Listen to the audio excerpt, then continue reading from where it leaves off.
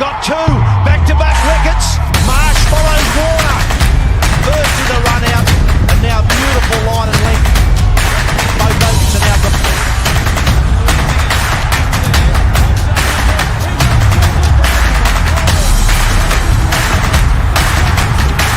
All right. Welcome, guys. Welcome to the ball game. Our first episode of many more. Bongs? Yeah, welcome, guys. We thank you for joining us. Bongani Mieza, part-time East London resident nowadays, and studying BCom law. And we thank you for joining us today. Just to give a little background about who I am. My name is Tabile Pumlomo, an East London native. I'm currently studying sports management, so it is befitting. Yeah, let's start. Yeah, so the ball game, basically, we're just going to be speaking rather about, giving our rugby and cricket reviews. It's just our thoughts. Just to give a disclaimer there, we are not by any means specialists, so it is basically just spectator reviews and just stuff that we like to chat about. Yeah, so into Super Rugby, the return of Super Rugby Aotearoa tabs. Very exciting stuff. Live rugby's back, which is exciting, especially now. Yeah, and now it started in New Zealand, which is also befitting, as they are such a good rugby nation. Firstly, to give a background, Aotearoa means New Zealand. So this rugby competition is basically called Super Rugby New Zealand. New signings, new notable signings. Let's touch on DC. The return of Daniel Kara, mate. It was a big one, like a surprising one, Yeah. We didn't expect him to join the Blues. If there was going to be any chance of him returning to Super Rugby, it was probably going to go with the Sailors. But he's just chosen to come back in a player coach perspective and capacity. So he'll surely have a huge influence with the Blues, and also Nehe with the Highlanders. Yeah, it's a bit tricky. Him coming from the Canes. A bit of a rivalry there. Exciting. I haven't seen him play on the professional level in a while, so it's going to be exciting to see how he'll impact the Highlanders. Yeah, the last time I saw him, he was in the Supersport World Cup rugby. Yeah, he was in the panel. So it's a good thing that he's back. And obviously he's been hampered by injuries. And surely he'll probably slot in at 15, I hope, or maybe, but we'll see. So let's get into it. So Aotearoa has obviously came in with its own new innovations. So they have the new rules, so I'll just go through them very quickly. So obviously there won't be any drawn matches. There's effectively going to be a winner. So in the event where we have, after 18 minutes, the teams are tied, there will be a 10 minutes extra time golden point. So how that will work, the first team during extra time to score via a drop goal, a try, or a penalty goal will ultimately win the match rather, which is actually quite exciting, and it also comes into the fact that, with these new rules, they're looking to make rugby more exciting for us fans too. And then obviously the red carded players can rather be replaced after 20 minutes. Obviously it'll be a different case. Yeah. They get red carded. I think if you get red carded in the last 10 minutes of the game, then it's a bit of a tough one. Yeah. And then obviously then the referees, we saw this weekend going into the Highlanders, the two games actually, we saw this weekend that the refs are really, really enforcing the breakdown rules. They're clamping down. And then also attacking the legs of players. You can see there he never got onside. Oh, he is hard to stop, this young man. Just He's fine. 2 tacklers. the tacklers just did not. Number 3, you're Clear away. fine. First issue tackler. Away for Coltman. Hands it off for Dixon. And yet another one. Down rules. They Particular focus has been on offsides. You know, for instance, offside, there has to be a clear distinction that all the players, or that a player is onside. If not, you know, they're gonna blow. You know, so if there's a doubt, penalizing straight. Yeah, and then also things like the fetch. Are you going over to attempt to steal the ball? Obviously, they're tied there. They also You fall over. Yeah. Yeah. Player carrying the ball, you know, if you fall down, you only allowed one movement, then you have to place the ball. And also, what's the other one? You know, coming in from the side, there are so many rules, and you know, as Aotearoa proceeds, you're gonna see, you know, each of these rules come into play in terms of how referees adjudicate on them. Obviously, they have a few example steps. Yeah. Then just touching on the set play comparison, basically between the two sides, the Highlanders and the Chiefs. Just not to forget. Yeah, sorry. Yeah, the Highlanders actually won the game 28-27. Aaron Smith now back in position, goes flat, lovely pass for Thompson, and Tompkinson scores the second try for 27. So many people were expecting Chiefs to probably win. Yeah, it was a bit of a belter at the end. Yeah, going into the set play comparison, the Chiefs stats were, it's weird. The Chiefs stats were better in terms of actual set piece wins, but still managed to lose the game. Yeah, it's a bit of a contradictory performance. Yeah, there was a high penalty count. Obviously, then there was also the strict breakdown laws, the offsides and the rolling away and entry and all of that stuff. So yeah, I was actually glad to see the Highlanders come into their own and produce the win. Yeah, no, they really played well. You know, I think for me, what stood out was, you know, obviously the Highlanders don't have I think we can say they are rebuilding, you know, so. Yeah, they're in a rebuilding phase. Captain Ash Dixon really, you know, played well. Led from the front. Yeah, he led from the front. And then, but coming into Chiefs, you know, it's a game that they ultimately should have won. You know, the Highlanders had 2 yellow cards, you know. I think the first one was just before halftime in the last 10 minutes. And still the Highlanders managed to score. You know, so we're talking about, you know, obviously when you have a one-player advantage, teams should be looking to capitalize on that. And, you need to be able to score. And that's what the Chiefs couldn't do. You say that they led, how many? They had 54% of the ball possession. You know, they carried more meters, 427 meters carried by the Chiefs as opposed to the Highlanders, 278. You know, as you've mentioned. Yeah, that's almost double, mate. Yeah, so as you've mentioned, they had many opportunities. You know, opportunity in the first half and opportunity in the second half, but they couldn't capitalize on it. And it just shows with the limited opportunities that the Highlanders had, you know, they were able to make it count. And I really enjoyed that. I think it was Theo Tompkinson or Thompson who ran a good line to create for the other, between Tompkinson or Thompson. Tompkinson. Yeah. Theo Tompkinson. Yeah. So they took their chances. Theo Tompkinson. Yeah. No, I'm in full agreement. Just touching on that set play comparison that you were informing us of just now.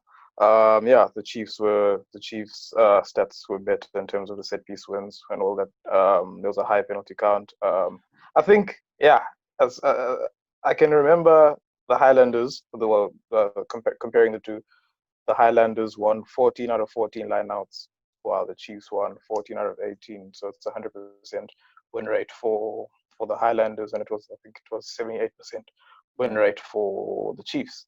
And for the scrummaging, fine, that was pretty equal. It was 100% each side. The I don't Highlanders think there won. was even a penalty blown for scrums in this game, actually. Yeah. So it was ultimately a game the Chiefs should have won. And then going on to a bit of bench impact, a bit of what do the Boks call their bench again? Bomb squad. The Chiefs bomb squad. Aaron Cruden. Unfortunately for the Chiefs, their youngster number 10, Caleb Trask, 21-year-old. He is a bit inexperienced. So we saw a lot of indecisiveness. He wasn't able to sort of marshal and manage the game well. Which was a big downfall, which was the ultimate downfall for the Chiefs, until we saw Aaron Cruden make his way onto the park. When he came on, we saw a lot more fluidity, direction, and structure within the Chiefs game. I think ultimately Trask needs to obviously be in the setup, be maybe bench for Cruden just to get a bit of confidence on the sidelines, because I think the starting role was a bit too much for him. Yeah, I think for me before the game it wasn't much of an issue, because it just took me back to the Chiefs' first game in the Super Rugby that we know. You know, where Cruden came off the bench and they were chasing the game, and the moment he came on, you know, he immediately provided some direction, and he played well, and the Chiefs ultimately won the game. So I expected more from him, maybe a bit too much, or maybe it's just that, you know, both teams, or maybe that the Chiefs were just really the rustier team. So, but definitely Cruden should be starting in future. Yeah. And then obviously the game ended in a very dramatic fashion with 2 drop kicks within a space of like 2 minutes. The first by Heldon Hayes. Now here's the drop kick from McKenzie, and through it goes. Damien McKenzie lands the drop kick. Yeah. DMAC for the Chiefs. You know, at that time I thought the game was actually sealed and done, but obviously son came to prove a point to his father, Brent Gatland, and obviously his father is coaching the Chiefs, and it's obviously he you know, nailed the drop goal, and maybe a drop goal. They're either going to try a drop goal. Mitch Hunt. No, in fact it's Gatland. Oh, there you go. What have you just done to that? Bring Gatland. I think the drop goal. It's a good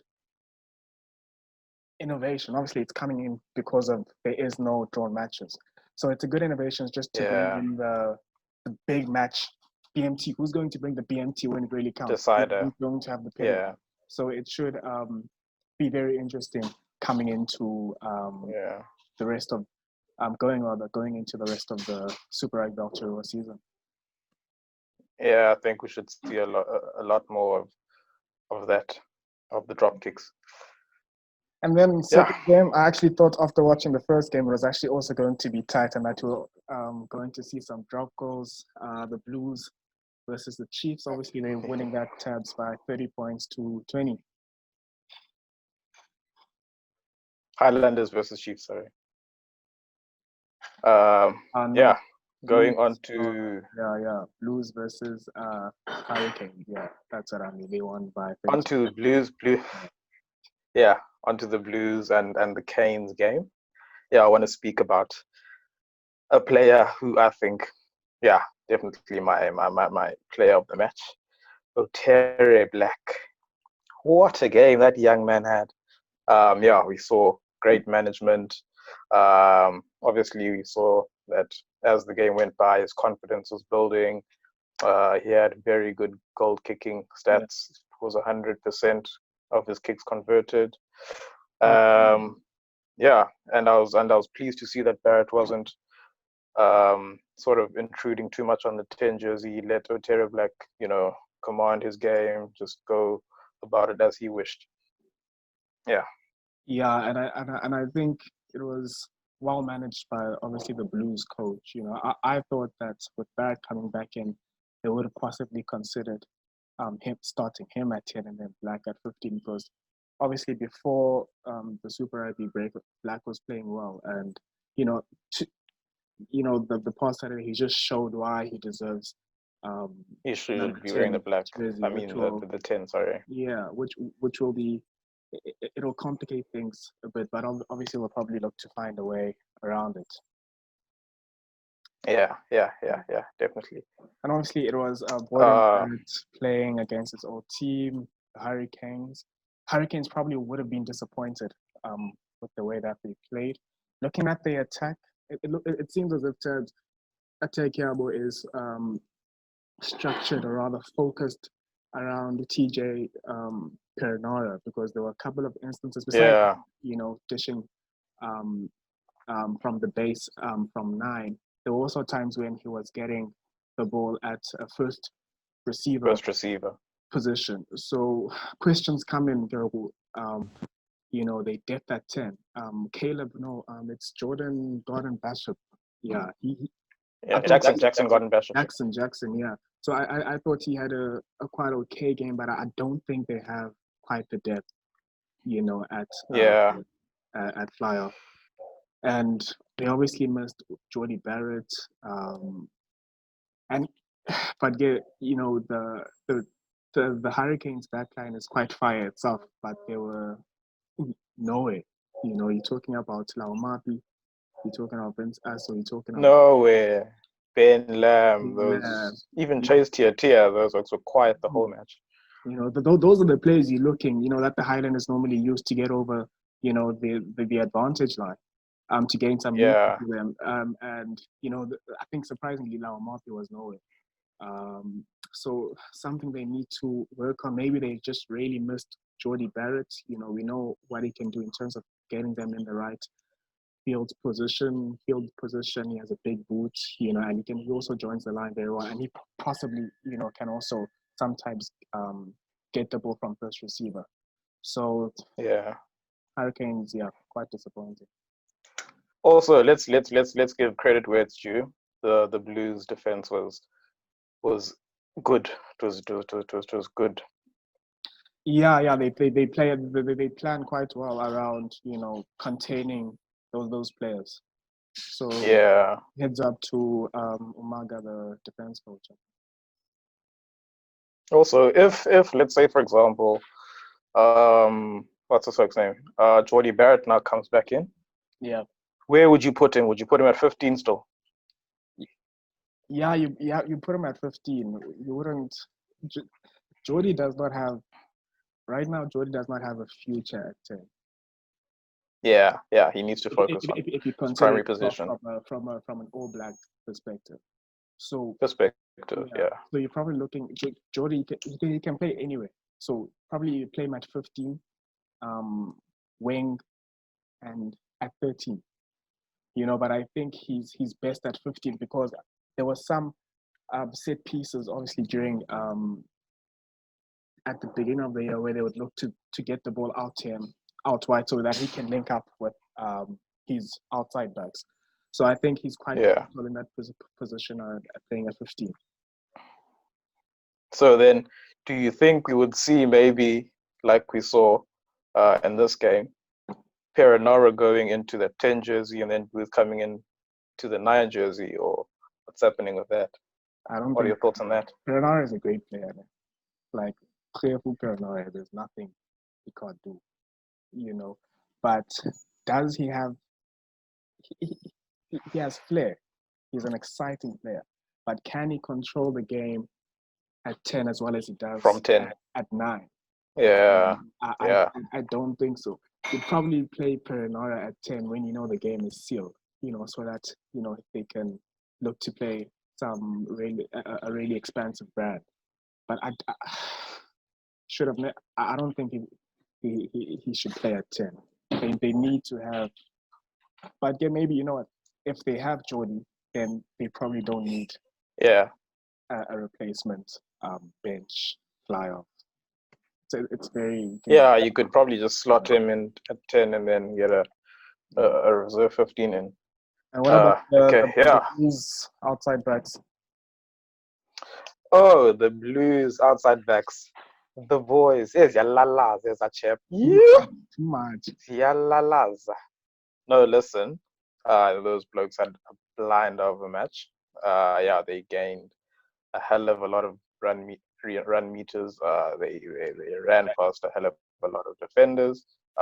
We saw Caleb Clark coming into his own. Yeah. He gained 100 with the most run meters of the match. He gained 105 meters, and he had 11 carries. Sorry.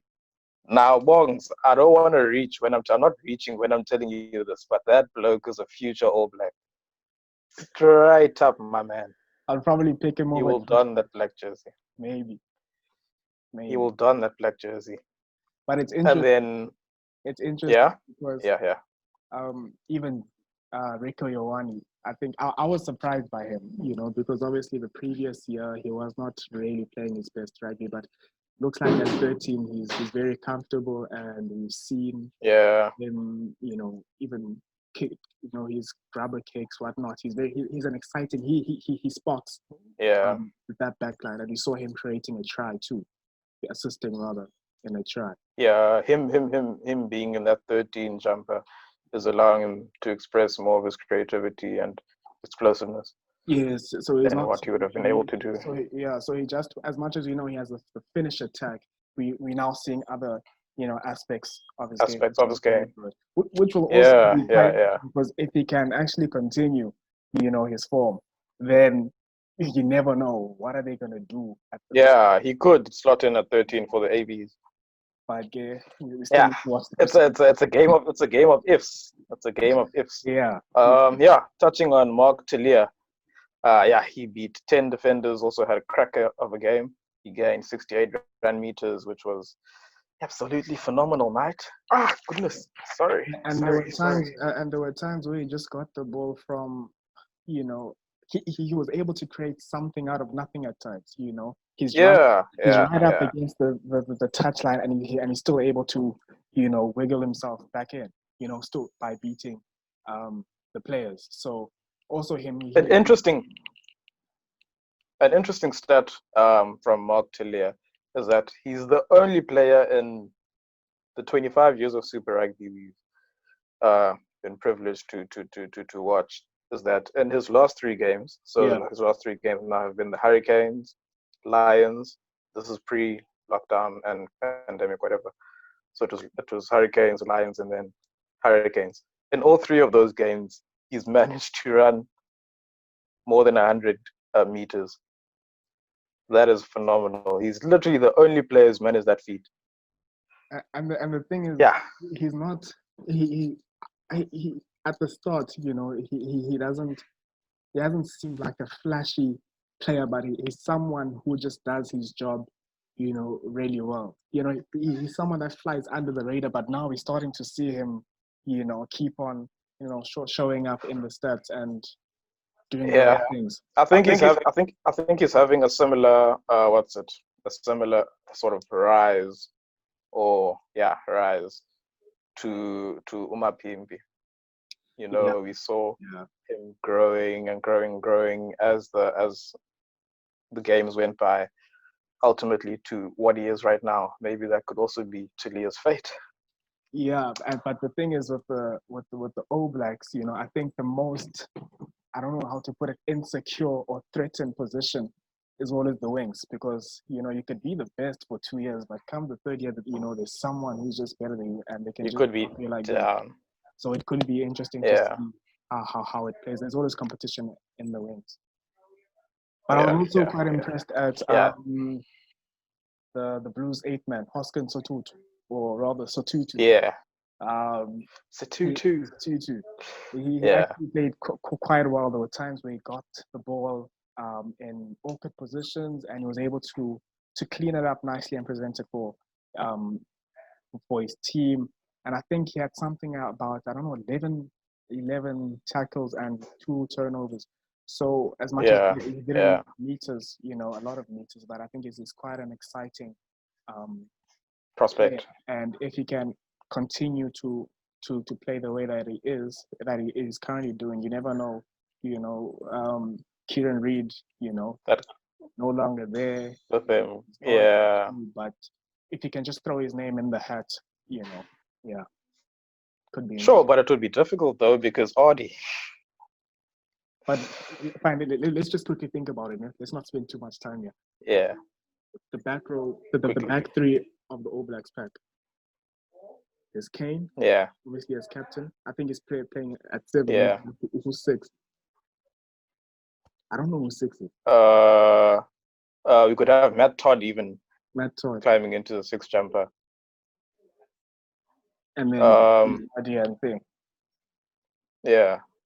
No, but Kane was playing at 6, and then Audi sometimes came in at 7, and then Reid was 8. So you never know if Kane is 7. Audi could jump into 7. 7, and then so 2. But we're just throwing it out. Yeah, it's throwing it out there. Yeah. You never know. But if you can continue, Possibilities.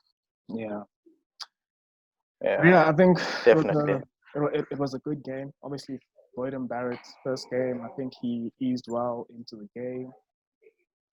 Yeah. We saw times where it seemed that the Hurricanes had the momentum, but immediately when there was a penalty towards the Blues, he quickly kicked the ball. And by the time the Hurricanes, look back up, they're back in their 22 or something. So Barrett, he'll probably ease his way into the team and see how things work before he probably starts asserting himself. Yeah, himself. Yeah. Yeah. All right. I think we're done with the core. But just to note, in terms of the referees, to show how strict they were, I think there were about how many penalties? There were 28 penalties conceded in the first game. Yeah. 28 penalties. Yeah. Clearly, we will see strictness in all the games. And then in the second game, there were 30 penalties. So I think penalties. As much as we as fans, we don't want a whistle fest. I think obviously it was the first game playing under these. The breakdown rules are not new; they are just being enforced. Enforced more, a hell of a lot more. So obviously, as it proceeds, I think we're going to see less penalties. Hopefully, less penalties being blown, because obviously it's up to the players to adapt. Yeah, definitely. Let's go into our teams of the week. Yeah, just to finish off with our teams of the week. Mine is blues ridden. Okay. Because purely they performed, and I'm talking now individually. Okay, let us go, mate. At 1, okay, I'll read my team first, and then you can have a go after. Sure. So we have the Blues, number 1, Alex Hodgman. Obviously, Dane Coles, his acceleration and I had Coles. Hold on, you'll get your chance. Okay. You'll get your chance. Yeah. And then at 3 I had Sayete Tokolahi. Very solid scrummager. And then at 4 I had Patrick Tuipilotu.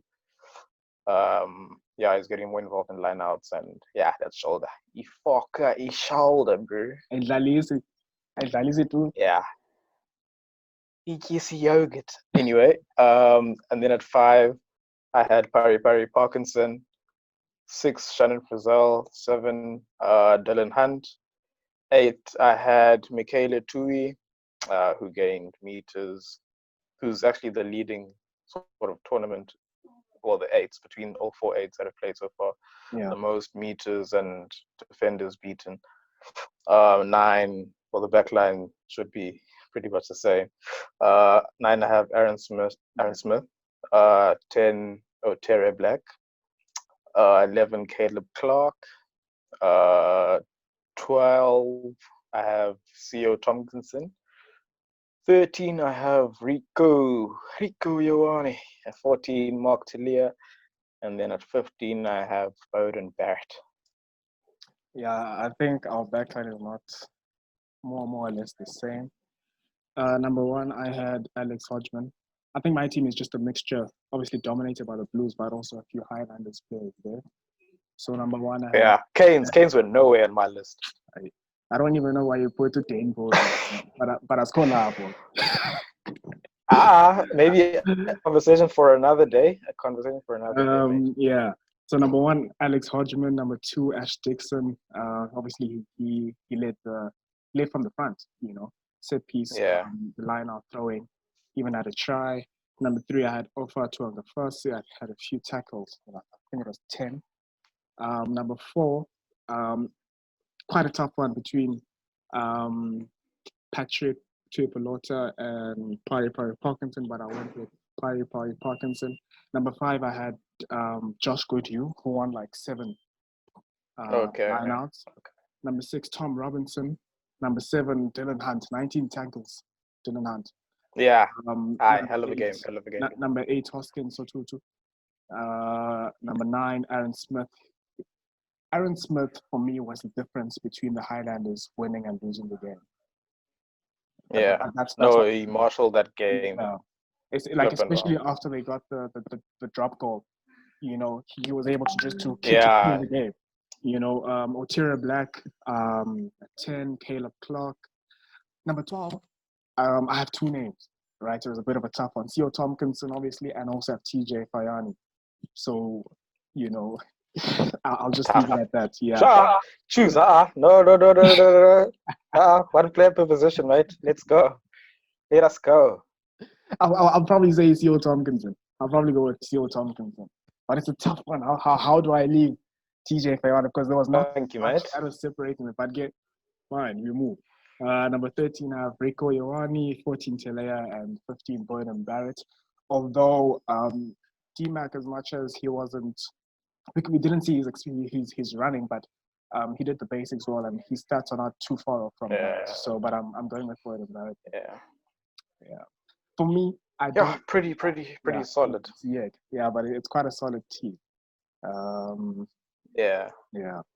So Ted, I think we are out of time now.